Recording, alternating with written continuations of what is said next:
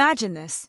The same girl who once made you feel small, the one who thrived on humiliating you and others in school, suddenly finds out that you're about to marry into her family, and she's not even welcome at the wedding. Sweet justice, right? Well, that's exactly my story. Growing up, middle school can be brutal, and for me, it came in the form of a girl named Jessica.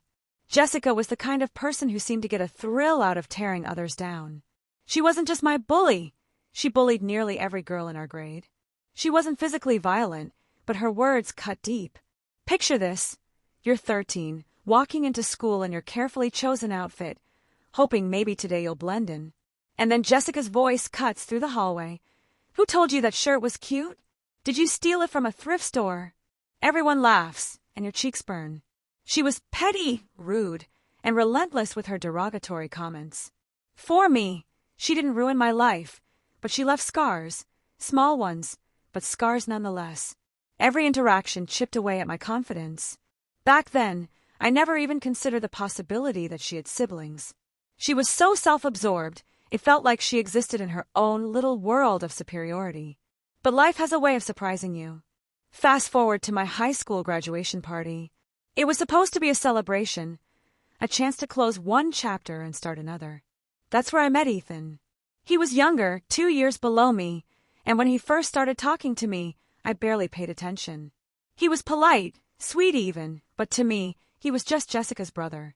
At that time, the connection wasn't even a thought.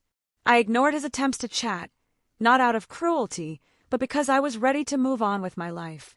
Then, 8 years later, the world had changed, and so had we. It was 2020. Everyone was stuck at home, swiping through dating apps more than ever.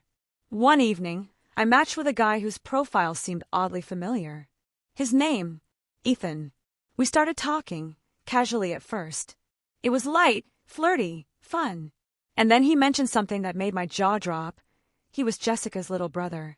At first, I hesitated. Memories of middle school flooded back. The snide remarks, the embarrassment, the sting of her words. Part of me wanted to ghost him right then and there. But Ethan wasn't Jessica. In fact, he was the complete opposite. Thoughtful, kind, patient. Everything she wasn't. And as we kept talking, I realized that I wasn't that insecure middle schooler anymore. I was an adult, confident, and finally ready to choose people who treated me well. Our conversations turned into phone calls, then video chats, then socially distanced coffee dates. And somewhere along the way, Ethan became more than just Jessica's brother. He became my person. By the time 2024 rolled around, he proposed, and without a single hesitation, I said yes. Our wedding is this October. And here's the kicker, Jessica isn't invited. At all. Not even as a plus one. I can't even describe the satisfaction of sending out those invites, knowing her name would never grace one. My friends from school, some of whom were also her targets, still can't believe it. They tell me it's poetic justice. And honestly, it feels like the universe handed me the ultimate revenge without me even trying. But it's not just about shutting her out. It's about finally stepping into a life where her power over me is zero. She might have spent years making me feel unwanted, but now I'm choosing who gets a front row seat in my story. And she's nowhere near it. Sometimes revenge doesn't look like shouting matches or grand confrontations. Sometimes it looks like living a beautiful life while your former tormentor watches from the sidelines. Jessica once made me feel invisible. Now, she's the one left out, watching her little brother marry someone she used to belittle.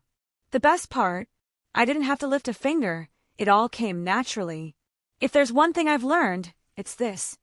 People can't hold power over you forever. The best revenge is often quiet, sweet, and completely unexpected. Karma has a funny way of circling back around.